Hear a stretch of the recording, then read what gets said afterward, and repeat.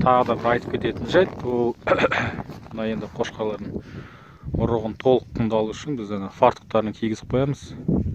Фартук деген күнде ауысып отырады. Бүгін таңертең мысалы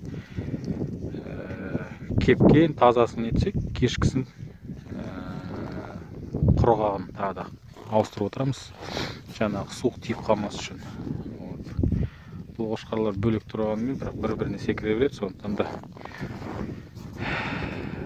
секіре берсе ұрық аз береді, немесе бермейді қояды.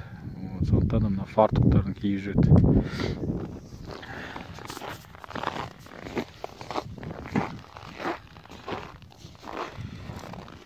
Мына енді Еділбай. Енді салыстыруға болады басқа қошқарлармен.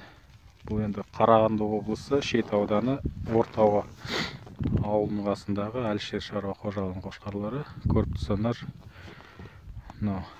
денелері жалпақ, кеуделері кең, қарындары дөу, қыр мұрынды. Мына жақта енді төртіншісі бар.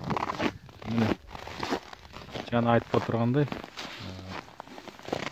жемді көп жеп қойса, осындай жаңағы жемей қоятындай жағдайға тиеді. Бұл енді көп жеп қойған ба, жүрегіне тиіп қалған ба, в общем. Бірақ таңертең ұрық берді.